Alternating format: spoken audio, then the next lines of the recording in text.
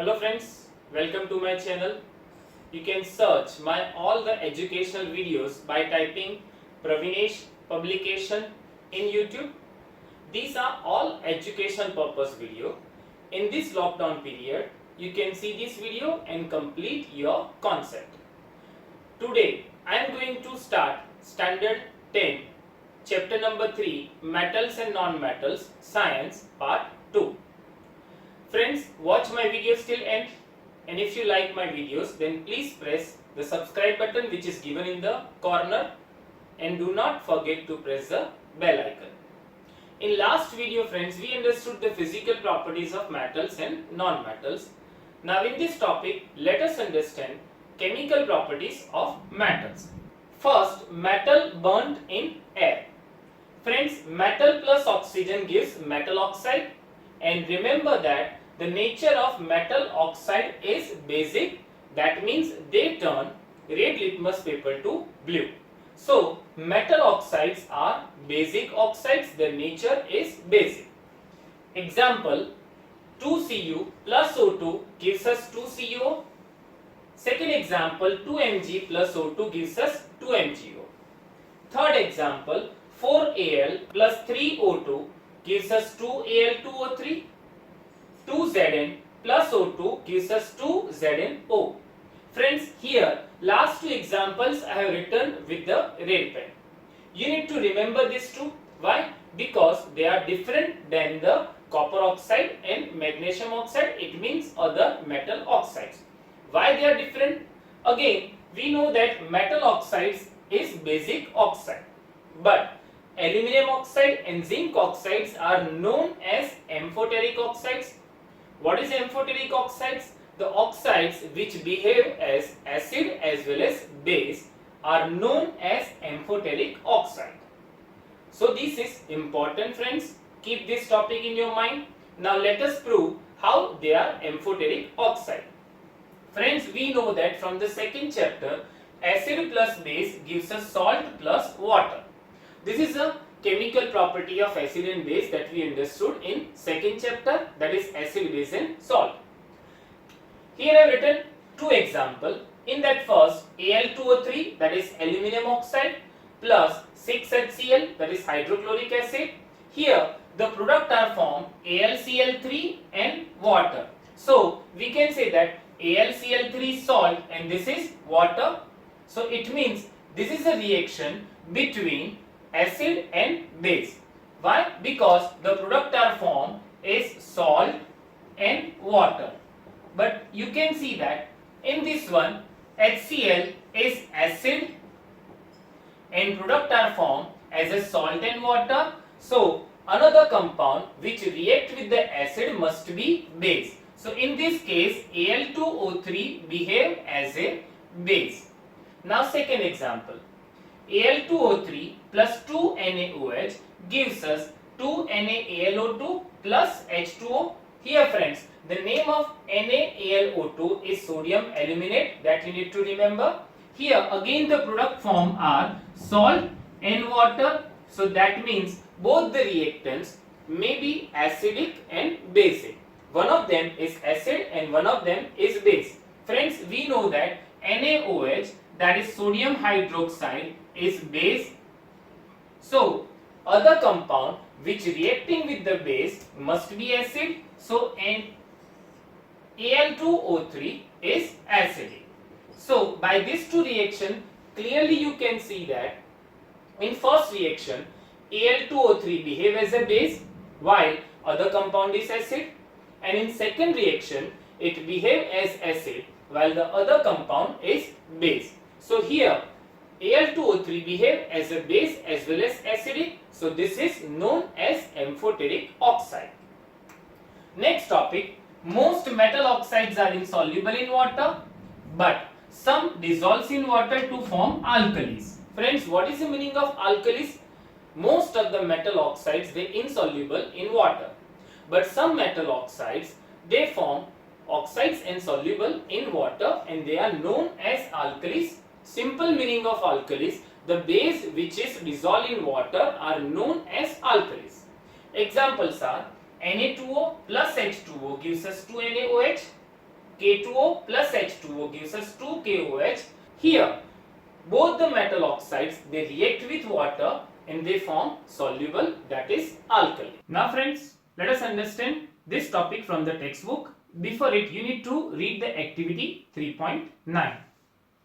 We have observed in activity 3.9 that all metals do not react with oxygen at the same rate.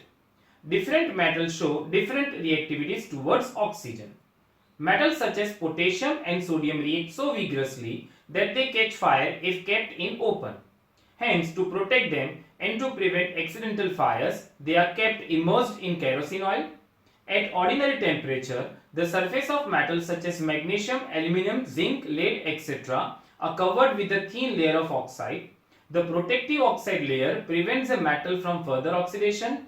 Iron does not burn on heating, but iron filings burn vigorously when sprinkled in the flame of the burn. Copper does not burn, but the hot metal is coated with a black colored layer of copper 2 oxide. Silver and gold do not react with oxygen even at a high temperature. After performing the activity 3.9, you must have observed that sodium is the most reactive of the samples of the metal taken here. The reaction of magnesium is less vigorous, implying that it is not as reactive as sodium. But burning in oxygen does not help us to decide about the reactivity of zinc, iron, copper or lead. Let us see some more reactions to arrive at a conclusion about the order of reactivity of these metals. So here friends, by this activity, that means when you react metal with oxygen, we can say reactivity about only sodium, which is very high reactive. Friends, sodium and potassium, they kept in kerosene. Why they kept in kerosene? Because these are so reactive that they immediately or vigorously react with the atmospheric oxygen and they catch fire. So to prevent this accidental fire, we need to keep these metals like sodium and potassium immersed in the kerosene. Next, friends, we know that there are some metals like aluminium, zinc, lead, etc. These are metals, when they react with oxygen, we know that when metals react with oxygen, there is a process called corrosion happens. Corrosion is not good for the metals, but aluminium is a metal which creates a protective outside layer of aluminium oxide, which is a protective layer. That's why at our home there are some utensils made up of aluminium metal. So aluminium oxide layer is a protective oxide. At last, gold and silver do not react with the oxygen at all. Friends, gold react with the only aqua regia. Aqua regia is a mixture of nitric acid and hydrochloric acid in the ratio of 1:3. Now from textbook, one important part is given, friends. Anodizing. Anodizing is a process of forming a thick layer of aluminium. Aluminium develops a thin oxide layer when exposed to air. This aluminium oxide coat makes it resistant to further corrosion. The resistance can be improved further by making the oxide layer thicker. During anodizing, a clean aluminium article is made to the anode and is electrolyzed with dilute sulfuric acid. The oxygen gas evolved at the anode react with the aluminium to make a thicker protective oxide layer. This oxide layer can be dyed easily to give aluminium articles an attractive finish. Friends, what is anodizing? Anodizing is a process to give some ornament to attractive finishing. This is the only definition given in your textbook. No need to worry about the further topic of anodizing. You just need to learn the definition of anodizing. Now friends, the next chemical property of metals, that is metal react with water. Before understanding this property, I advise you to read the activity 3.10 given in the textbook, as well as focus on figure 3.3. Here the metal is taken, it reacts with the water and then hydrogen gas is produced. This figure that you can see on your screen. Now friends, metal reacts with water. We know that most of the metal it reacts with the water. Metal when react with water, it forms metal oxide plus hydrogen gas. Further, this metal oxide when react with water, they form metal hydroxide. Here friends, this activity is very important. I advise you to focus on this activity. There are many questions can be asked from this activity. Friends, there are some metal which react with the cold water, which react with the hot water, and which react with the steam of the water. So first, when metal react with the cold water violently means what? The reaction is very vigorous and the heat is produced in this type of reaction.